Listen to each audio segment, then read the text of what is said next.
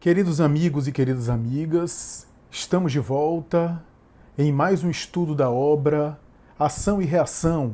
A obra Ação e Reação é uma parceria entre o médium Chico Xavier e o espírito André Luiz. No dia de hoje, iremos examinar mais um capítulo desta obra momentosa, desta obra extraordinária, Ação e Reação, obra que temos estudado capítulo por capítulo nesse canal, que é o Raciocínios Espíritas. Na verdade, para sermos mais precisos, estamos estudando toda a obra de André Luiz neste canal. No dia de hoje, iremos esmiuçar o capítulo 8, capítulo que o autor espiritual chamou de Preparando o Retorno. Depois daquele capítulo tão rico chamado Conversa Preciosa ou Conversação Preciosa, que foi o capítulo 7º, o último capítulo sobre o qual nós aqui entretecemos considerações, no dia de hoje vamos examinar o capítulo 8, que é Preparando o Retorno, onde há uma ação prática, uma intervenção prática específica no plano espiritual, envolvendo os nossos personagens. Só para contextualizar, temos ali André Luiz e Lário, que são os dois amigos ali, liderados por Silas, que por sua vez ali recebe orientação do benfeitor Druso, benfeitor espiritual e diretor da Mansão da Paz, né? Da mansão ali, Mansão Paz, né? Essa região do plano espiritual que estamos aqui examinando. Depois do contato com Sânzio, que é um ministro de nosso lar, ministro dessa cidade espiritual e, portanto, tem uma autoridade, um poder muito maior do que esses espíritos aqui citados, nós temos aí o desdobramento da tarefa e das considerações que o próprio ministro fez e da missão e da atuação que os benfeitores espirituais farão a partir de então, envolvendo ali a ajuda, a assistência espiritual necessária ao público que eles estão ali tentando ajudar.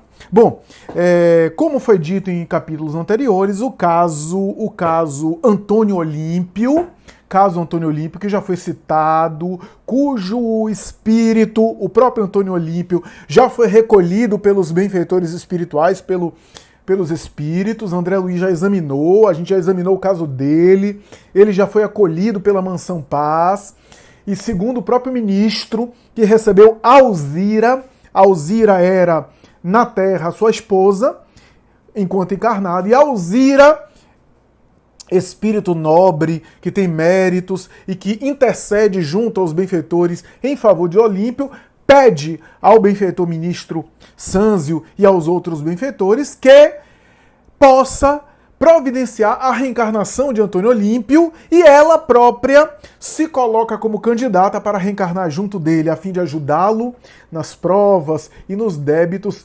clamorosos que ele tem necessidade de resgatar. Aqui, no capítulo 8, a gente vai ver esse desdobramento, né? A evolução deste caso aqui, narrado pelo André Luiz, né? Pelo nosso autor espiritual. Então, nós vemos aqui, desde o início, os benfeitores espirituais se reunindo para dar conta deste caso, né? Para atender e colaborar junto desse quadro aqui em vista. E vamos ver André Luiz e Lário seguindo Silas nesse processo de Antônio Olímpio. Só para recordar, Antônio Olímpio foi um sujeito que na Terra iria herdar uma grande fortuna do pai, terras e assim por diante. E na sua ganância acabou assassinando os próprios irmãos, afogando-os em uma ocasião em que ele forjou um acidente. Pareceu para todo mundo um acidente, mas não foi. Foi ele que, nadando de barco com os irmãos, acabou providenciando o assassinato dos irmãos para ficar com a herança de forma integral. Cuidou do patrimônio, zelou pelo patrimônio da família, teve mulher e filho, foi um bom marido e um bom pai, mas tinha esse débito hediondo, desse crime hediondo de fratricídio, né? O assassinato dos próprios irmãos, que do plano espiritual, revoltados e odiosos, não o perdoaram e se voltaram contra ele numa obsessão cruel, numa vingança cruenta, que perdurou por longos anos, que o levou ele à desagregação, à culpa que ele guardava no inconsciente e às tragédias. A própria esposa acabou afogando, acabou sendo afogada, acabou sofrendo um acidente no mesmo local da tragédia. E ele no mundo espiritual, e ele no mundo material, padeceu também a obsessão desses dois irmãos seus, né?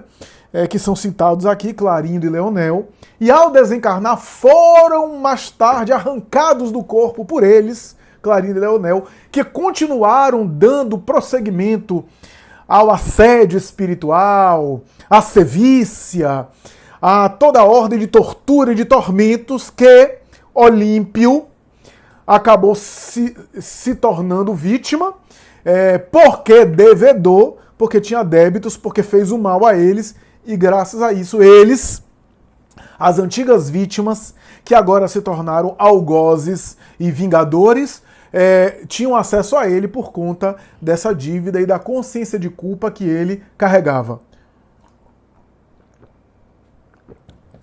Pois bem, nessa oportunidade aqui do capítulo 8, a gente vai ver essa história se desdobrando, Alzira convocando Silas e a sua equipe, né, que é composta por André Luiz e por Hilário, e narrando a situação atual, né, a atual conjuntura dos fatos, né, e de alguma forma pedindo ajuda aos benfeitores espirituais, né, pedindo ajuda ao Silas,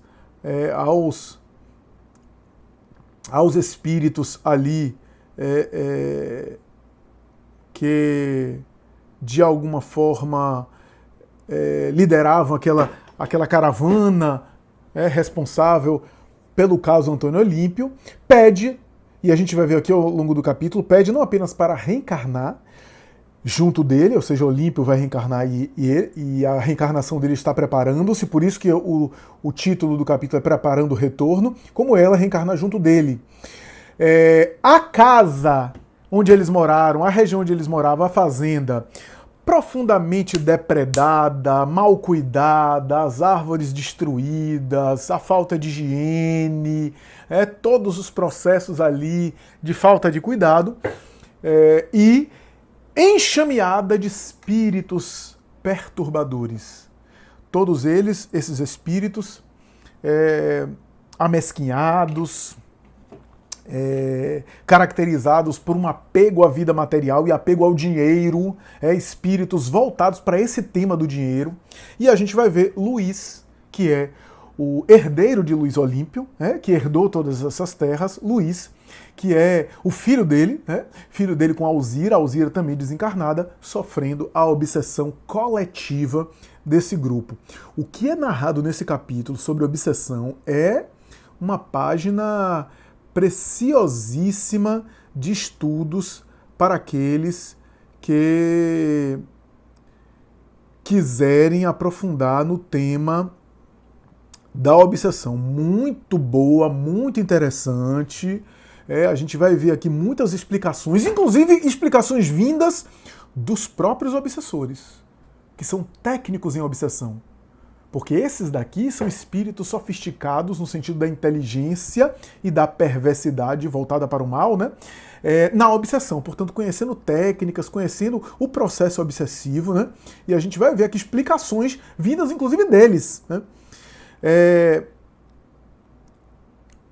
Luís, tomado por essa obsessão de espíritos nesse drama, né, apegados ao ouro, apegados à terra. Por quê?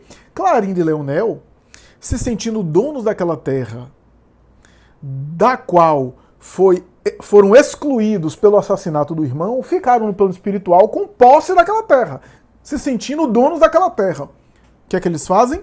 Obsidiam o pai morre, eles assediam o pai no plano espiritual, mas o apego ao patrimônio continua. Quem herdou o patrimônio? Luís, que era o filho de Olímpio. Eles então se voltam para Olímpio, ou se voltam para Luís, produzem uma obsessão cruel em Luís. Ah, Flávio, mas como é que o filho vai pagar com uma obsessão, sofreu uma obsessão que não é culpa dele, foi responsabilidade do pai. Pois é, ninguém sofre obsessões dos outros, como ninguém sofre provas e resgates espirituais que o outro se comprometeu. Mas no caso em tela, Luiz, sendo espírito endividado também, por meio dessa obsessão que começou com o pai, ele também está resgatando suas dívidas, porque ninguém sofre por acaso.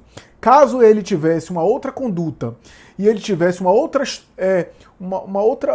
situação espiritual, possivelmente a obsessão não iria alcançá-lo. Mas, Clarindo e Leonel, os dois irmãos, portanto tios do Luiz, apegados ao seu patrimônio, consideravam aquela terra e todo aquele patrimônio seus.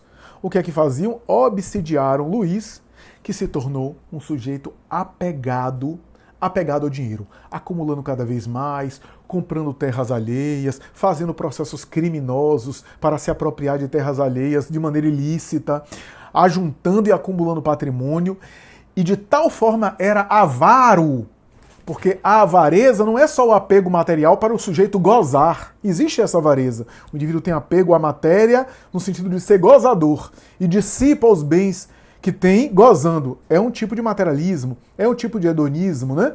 Esse sujeito é um sujeito que não é o apego de acumular, mas é o apego de ter para gozar. É um sujeito hedonista, materialista, mas há aquele avaro que é tão avaro que a sua avareza é tão miserável, miserável no sentido de ruim, que ele junta, acumula e nem usufrui, nem desfruta daqueles bens.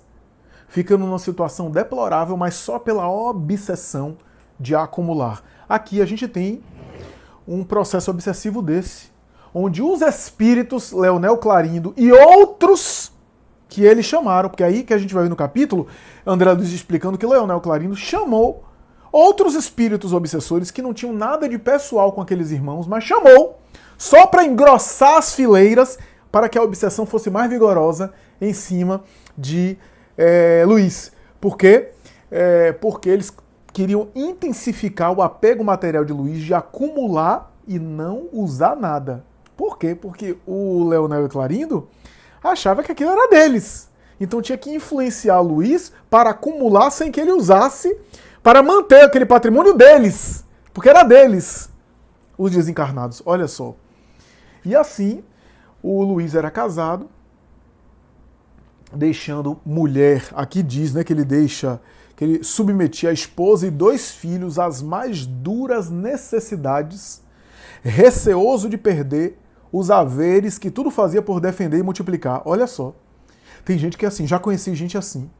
Né? E ele fala aqui, mal cuidado, se afastou do contato social, se afastou de qualquer reunião social, de evento social que pudesse gastar algum dinheiro, porque ele não queria gastar nada. Né? Submetia a esposa e os 2 filhos às necessidades, as mais absurdas necessidades, só para acumular dinheiro e não gastar nada. Né? Não queria gastar com educação, com nada, com contato social, com nada, só queria concentrar suas forças em aumentar o poder do seu cofre, aumentar o poder do seu dinheiro, rechear a sua conta bancária mais e mais. Né? E sempre com medo de alguma despesa inesperada. Eu já conheci gente assim. Eu já conheci mais de uma pessoa, inclusive na minha prática profissional, pessoas às vezes muito bem colocadas socialmente, com cargos públicos estáveis, cargos públicos que são cargos públicos altíssimos, que ganham muito bem e que chegavam às vezes no meu consultório com roupa furada, com calça jeans lascada, e não é que essas calças jeans lascadas da moda não, que lascada de propósito pelo estilista da grife. Não, calça jeans furada, camisa furada, sem propósito, às vezes com desleixo da própria higiene, às vezes chegava no meu consultório andando porque eu não queria gastar de Uber ou de táxi, sendo que tinha condição de ter até carro de luxo. E às vezes quando eu chamava, já tive um caso que eu chamava familiares para conversar e a família dizia que às vezes não queria nem tomar banho para não gastar na conta de água. Então, a gente tem aí uma patologia muito séria, né? A gente tem aqui algo muito sério em termos de obsessão, né? Uma obsessão psicológica, né? E que nesse caso aqui também uma obsessão espiritual, né? O André Luiz disse que ele possuía grandes somas em estabelecimentos bancários, que a própria esposa não conhecia, tinha enormes bens, mas não ocultava isso da própria esposa, relaxou totalmente com relação à convivência afetiva, social, e ficava na misantropia, obcecado pelo pesadelo do ouro que lhe consumia a existência. Olha só.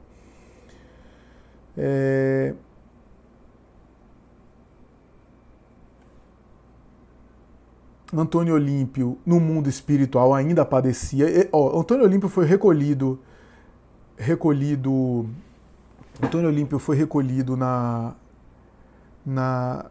colônia espiritual, né? Foi recolhido no plano espiritual e lá ele, ao ser recolhido no plano espiritual, ele estava sendo tratado, mas ele ainda padecia, tá? Ele padecia, não se engane não, que ele não estava bem no plano espiritual. Há mais de 20 anos, né? Há mais de 20 anos ele padecia ali no plano espiritual. O André Luiz diz o seguinte, que o Antônio Olímpio sobreviveu à esposa quase 3 lustros. Lustros são 5 anos, então 3 lustros são 15 anos. Então, o Antônio Olímpio ficou encarnado aproximadamente 15 anos após o falecimento da esposa, né?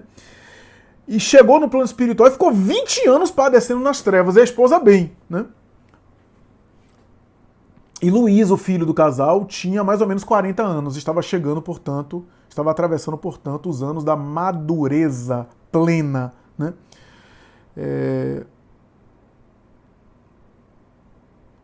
E aí Alzira declarou que já tentou chegar próximo daquela casa, já tentou falar com os espíritos ali obsessores, mas foi impossível, né? Os próprios cunhados, né? Leonel e Clarindo, nem chegavam a ser sensíveis à sua palavra, e ela tentava, de alguma forma, auxiliar o filho, Luiz, que também, mergulhado nessa obsessão, era insensível, estava em perturbação, sem conseguir ali ser suscetível à sua boa influência, né? Conseguir influenciar positivamente Luiz, né? E aí Alzira diz que tentava auxiliar espiritualmente a nora e os 2 netos, mas ao filho tinha pouco efeito, pouca eficácia aquela ação. E pediu para Silas visitar a casa, né? Mas antes disso queria visitar o esposo, Antônio Olímpio. Esse encontro com a esposa é muito bonito. Eles vão até Antônio Olímpio está ali, betado, está ali como se fosse um paciente psiquiátrico, betado, alucinado, como se fosse um paciente psiquiátrico grave, internado em um manicômio, alucinando, ou sob muitas medicações, dopado, que nem reconheceu a esposa quando a esposa entrou no ambiente, olhou assim, ela chamou ele, os benfeitores ali, então ela pegou ele no colo e fez uma oração muito sentida, uma oração inclusive muito bonita, uma oração a Maria, a mãe de Jesus, a Maria de Nazaré, orou fervorosamente ali e depois de orar fervorosamente, uma oração muito bonita, palavras muito tocantes, todos se emocionaram, André Luiz chorou, o próprio benfeitor Silas estava emocionado, a Alzira estava em lágrimas e estava irradiando uma luz especial, a oração elevou o padrão vibratório dela, ela irradiava de tal forma que envolvia a todos, sobretudo o próprio marido, que, tocado pela energia dela, pela irradiação dela, e André Luiz diz assim: a prece de Alzira conseguiu um êxito que as operações magnéticas de Druso não havia conseguido alcançar. Antônio Olímpio abriu os olhos, mostrou lucidez no olhar, despertou de um sono torturado, se agitou, sentindo na face as lágrimas da esposa que caíam nele e o beijava, enternecida, e bradou, tomado de selvagem contentamento: Alzira, Alzira! Ele recobrou a lucidez, ficou agitado, emocionado, ela aconchegou ele do peito, mas Silas deu ordens ali a 2 enfermeiros que se aproximaram e induziram ele ao sono. E ele explicou a ela: olha, ele não tem condição ainda de acordar, tal é o processo dele, a consciência de culpa, ele é um homicida duplo dos próprios irmãos, ele não tem condição ainda de dar conta. O sono reparador para ele faz muito bem a ele ainda precisa continuar dormindo. Sonoterapia, olha só, os encarnados às vezes se renovam psiquicamente, né? O sono é muito importante. Imagine, aqui estamos falando do sono do desencarnado, né? Então a gente vai ver isso aqui acontecer de uma maneira muito, muito interessante, né? Muito especial, inclusive.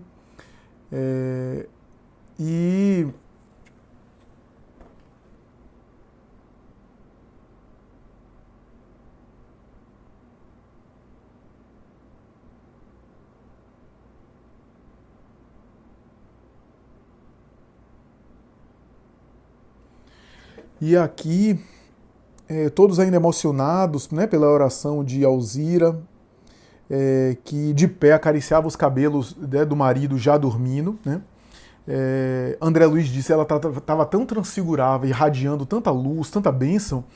André Luiz diz assim, que eu tive a ideia de que um anjo do céu visitava um penitente do inferno.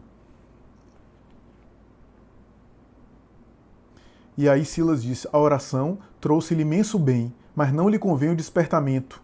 O sono natural e reparador ainda há necessidade em sua restauração positiva. E aí conversa vai, conversa vem, eles conversando, né, na paisagem ali. Vai até madrugada, eles vão então para o sítio, né, a fazenda, o patrimônio de Olímpio, né? E ali na fazenda,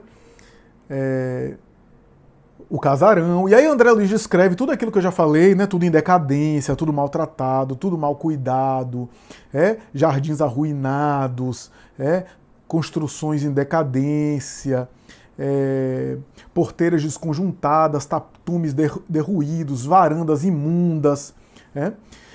Por quê? Porque o dono da casa, Luiz, estava naquele processo ali, né?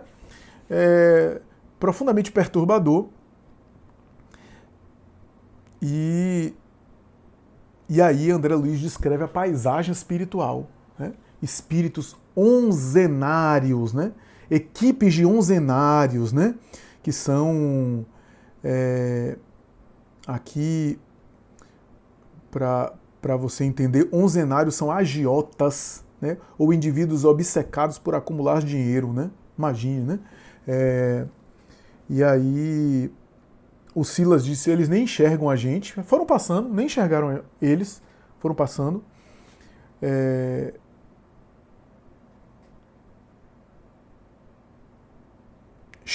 Ele diz assim: identificam a nossa chegada, mas encontram-se demasiadamente fixados nas ideias em que se mancomunam. Não se preocupam com a nossa presença, desde que não penetremos a faixa mental deles, comungando-lhes os interesses.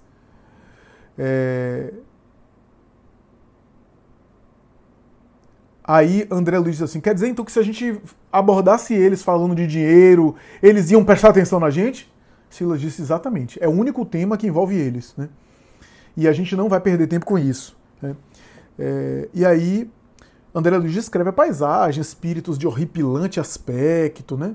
Todas aquelas perturbações ali. E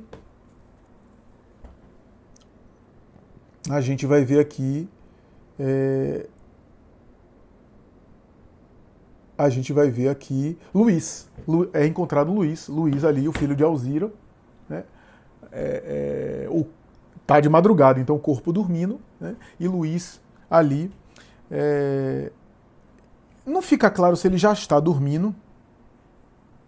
Ah, não, fica claro. Este é Luís que, desligado do corpo pela influência do sono, vem afagar o dinheiro que lhe nutre as paixões. Olha só, o sujeito fora do corpo, o corpo dormindo, fora do corpo, ele está ali contemplando os papéis e maços de grandes maços de papel moeda, que era, né, os maços de dinheiro da época, né?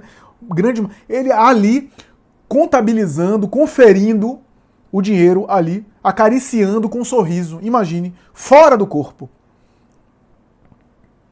E aí André Luiz descreve o Luís, ele olhando em volta não nos percebe, não percebe eles, e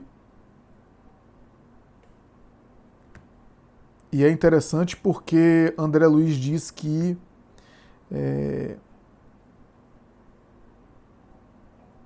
ele ficava olhando como se estivesse vigiado por Cerberus. Cerberus é uma figura da mitologia antiga, que era um cão de três cabeças, né? E aí André Luiz vê dois homens desencarnados se aproximando, né? Dois homens desencarnados. Quem são? Os irmãos, Leonel e Clarindo, né? Que ingressam e quando vê, eles percebem, o grupo de André Luiz, Hilário e Silas, se dirige a Silas e diz, quem são vocês? Quem são? Silas então, Silas já tinha pedido a André Luiz e Hilário, né? Melhor dizendo, só André Luiz, porque Hilário ficou em outro compartimento com Alzira, dando conta de outra situação. Dando conta de Adélia, que é a dona da casa, a esposa, provavelmente a esposa aqui de Luiz, né? Só André Luiz e Hilário. Só André Luiz e Silas. E Silas pediu para André Luiz, não me interrompa, né? Observe tudo, então, e não faça perguntas por agora. Fique em prece, fique aí concentrado, né? E não questione o que eu vou fazer, né? E aí, como um bom tato psicológico, olha o que o Silas faz. Silas não fica entrando em altercação com aqueles espíritos, né? Quem são vocês? Somos amigos. Bem, nessa casa só entram aqueles que saibam valorizar o dinheiro. E aí olha para o Luiz e diz assim, para que ele não se esqueça de preservar a fortuna que é nossa. E aí o Silas responde assim, sim, claro. Quem não gosta dos bens que lhe pertençam, né, dos haveres que lhe pertençam, né? Uma resposta psicológica, que é uma resposta psicológica, ele não está se traindo, não está falando nada demais, é verdade, quem não gosta dos haveres, dos bens, né? E aí os dois responderam, muito bem, é isso mesmo, aí ficaram satisfeitos. O que é que Silas está fazendo? Está tentando ganhar simpatia, ganhar a empatia deles ali, para que eles baixem a guarda, para que eles não reajam contra, né? Muito bem, E começa a ter confiança neles, né? E aí diz, fomos vítimas de uma terrível traição, e conta, né, o que aconteceu, que a história que Silas já sabe, que eles foram assassinados e tal. E fala de todo o processo obsessivo ali. E no final, né, depois de tanto se queixar, e aí se alonga nas lamentações, André Luiz diz, e Silas em silêncio impassível. Sem dizer nada, sem emitir nada. E como Silas não dizia nada, um deles, acho que é Clarindo, né? Clarindo diz assim, você não acha que a gente tem razão? E Silas disse, sim, todos temos razão, né? Todos temos razão. Entretanto, Leonel agora que diz, entretanto, Você quer porventura interferir em nossos propósitos?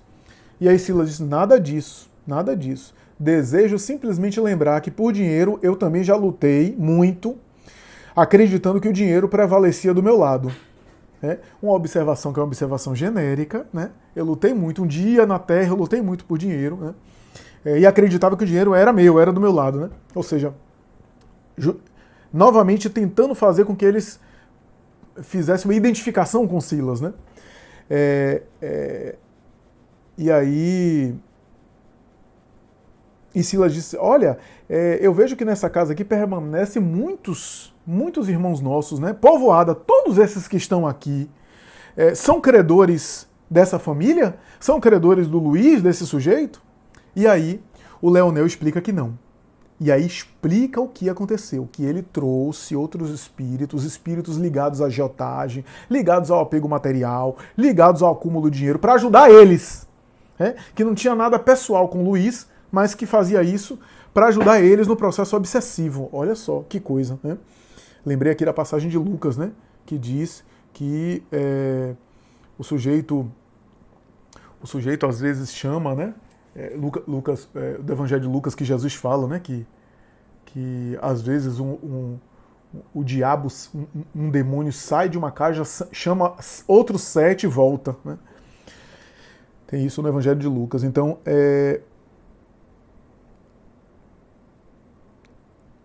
e aí ele falou, olha, o pai estava aqui sob o nosso domínio, mas foi retirado de nós, o filho vai pagar em dobro, vai pagar dobrado o preço. E aí Silas, muito tranquilo, sem qualquer precipitação, diz, o esclarecimento nos faz crer que este homem, além do apego enfermo à precária riqueza humana, ainda sofre a pressão de outras mentes alucinadas quanto a dele, nos enganos da posse material. Nesse caso, o doentio desejo de que se sente objeto é naturalmente elevado à tensão máxima. E aí Leonel percebe que Silas sabia do que estava acontecendo, os mecanismos da obsessão.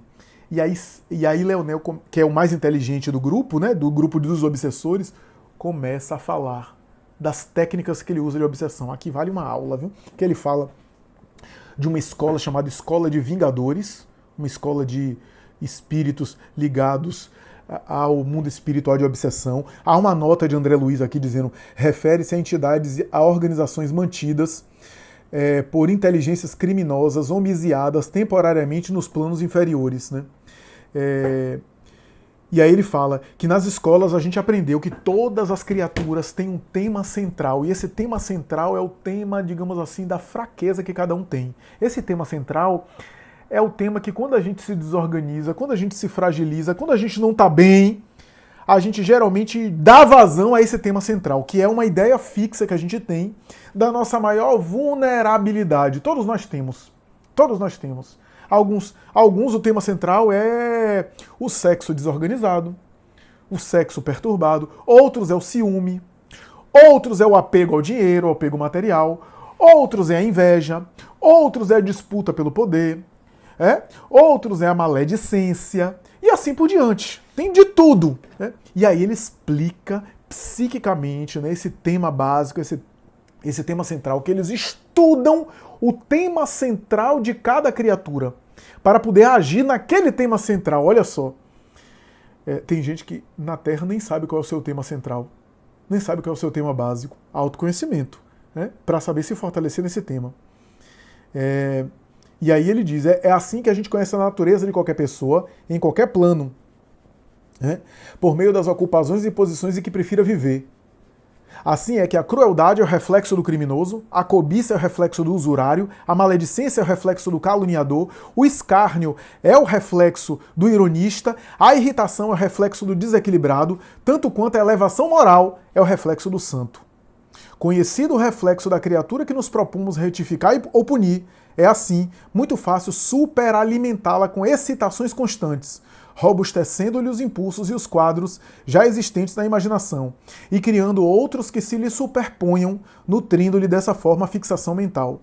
Com esse objetivo, basta alguma diligência para situar no convívio da criatura malfazeja que precisamos corrigir, entidades outras que se lhe adaptam ao modo de sentir e de ser, quando não possamos por nós mesmos, a falta de tempo, criar as telas que desejemos com vistas aos fins visados por intermédio da determinação hipnótica. Por semelhantes processos, criamos e mantemos facilmente o delírio psíquico ou a obsessão, que não passa de um estado anormal da mente, subjugada pelo excesso de suas próprias criações, a pressionar o campo sensorial, infinitamente acrescidas de influência direta ou indireta de outras mentes desencarnadas ou não, atraídas por seu próprio reflexo. Né? Então,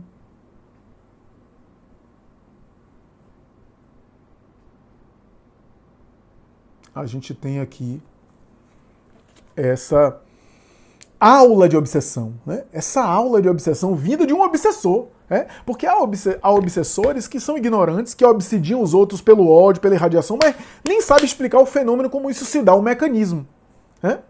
Como um lutador pode lutar sem conhecer os mecanismos fisiológicos das articulações, né, da fisiologia humana, do que é que o cérebro produz no momento da luta, porque isso é de um técnico de neurociências, um técnico que conhece a fisiologia humana do esporte. Da mesma forma a gente tem aqui, mas nesse caso tem um obsessor que é técnico, que conhece os mecanismos, olha só. E, portanto, obsessores mais perigosos, mais perturbadores, né? E aí a gente vê aqui o seguinte.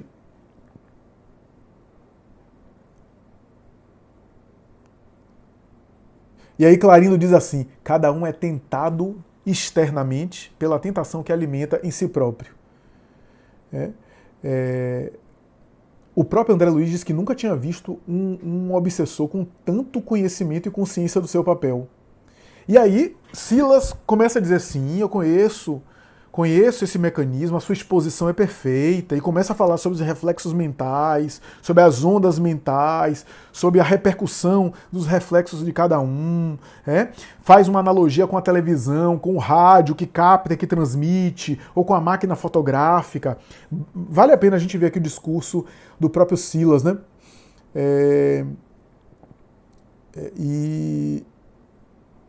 E aí, se referindo a Luiz, diz: olha, ele já tinha esse tema central da avareza, ele já tinha a tendência, a predisposição.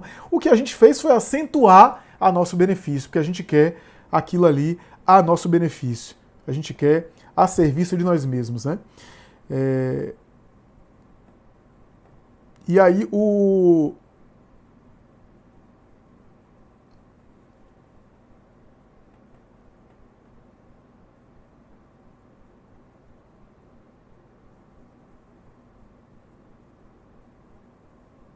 próprio obsessor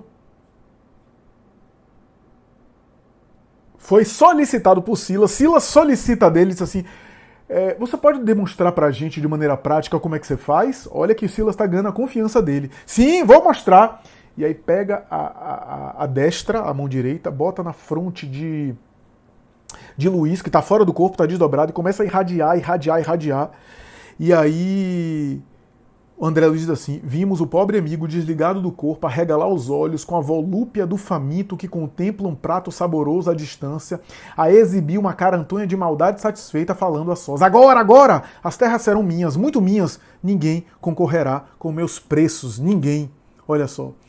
Afastou-se Serelepe, né? Celery começou a correr, como se fosse um louco, e foi para as matas na direção da terra, uma terra vizinha, né? Olha só que coisa, pela irradiação do obsessor. E aí o próprio obsessor diz: viram? Eu transmiti a ele o campo mental, um quadro fantástico por meio do qual as terras do vizinho estariam em leilão, caindo-lhe enfim nas unhas. Bastou que eu mentalizasse uma tela nesse sentido, arquitetando o sítio para a venda, para que ele tomasse por realidade indiscutível, porque tratando-se de nosso reflexo fundamental, somos induzidos a crer naquilo que desejamos aconteça. Somos induzidos a crer naquilo que a gente deseja que aconteça. Tão logo termine o fluxo controlado da minha influência hipnótica, ele retomará o corpo carnal, lambendo os beiços, na certeza de haver sonhado com a falência da granja, sobre a qual pretende um título de posse. Olha só. E aí Silas diz, sim, eu conheço esse processo, e começa a falar da máquina fotográfica, da rádio, da televisão, que estavam na época, né, na Terra, era um fenômeno recente. Começa a falar sobre a irradiação, fazendo um paralelo, uma metáfora com a mente humana, e falando com tantas minudências técnicas, com tantas minudências, que Leonel ficou impressionado. Ficou super impressionado. Os Vingadores ali ficaram surpreendidos, né? De tal forma que quando acabou, admirado, Leonel perguntou, meu amigo, companheiro, qual é a sua escola? A gente é da escola dos Vingadores. Qual é a escola que você vem? De que escola você vem? Sua inteligência nos interessa. O Silas, então, pronunciou algumas palavras que André Luiz não mencionou qual foi a resposta dele. E depois de alguns contatos, bateu em retirada, pediu licença e saiu com André Luiz, né? Saiu com André Luiz e depois foi se juntar, que é o final do capítulo, foi se juntar a Hilário e a Alzira, né? E depois que estão a sós, o próprio Silas disse, olha, o caso é difícil, é cedo para a gente colocar a Alzira diante desses verdugos, é cedo. Pela conversa que eu observei e analisei do Leonel, nós cruzamos o caminho de duas vigorosas inteligências, cuja modificação só vai ser feita com muito amor, para se realizar com segurança, tá? Com muito amor, para se realizar com segurança. E voltaremos amanhã sem a presença de nossa amiga, para um entendimento mais estável e por isso mesmo mais valioso. A gente vai ter que voltar, ou seja, eles vão voltar, mas o processo é lento, é com calma. Um processo desse de revolta, de rebeldia espiritual, não é de hora para outra e não dá para colocar a Alzira agora. Porque se colocar a Alzira agora, eles vão reconhecer a Alzira, que foi a esposa do cunhada deles, né? Cunhada deles, esposa dos seus inimigos, e vão se revoltar bastante contra, vão se voltar contra ela e vai ser contraproducente. Então não, a gente volta amanhã, a gente vai continuar nessa conversação, eles ganharam a nossa confiança e assim por diante. Então, vai ser mais ou menos nesses termos, nessas condições que o capítulo acaba, né? E foi nessa condição que o capítulo acabou. Foi nessa situação que o capítulo aí encerra, né? Que encerra o capítulo, tratando de obsessão, tratando de processos obsessivos e tratando de temas psicológicos importantes, que são os temas centrais, os nossos temas centrais que nos induzem a provas e a derrocadas morais dentro da lei de causa e efeito. Porque lembremos, estamos estudando o livro Ação e Reação, que fala sobre a justiça divina e, portanto, a lei de causa e efeito. É isso, meus amigos. Espero que vocês tenham gostado. Esse é o capítulo 8, capítulo de Ação e Reação, capítulo que se chama Preparando o Retorno, né? Concluímos agora e até a próxima, se Deus quiser. Muita paz.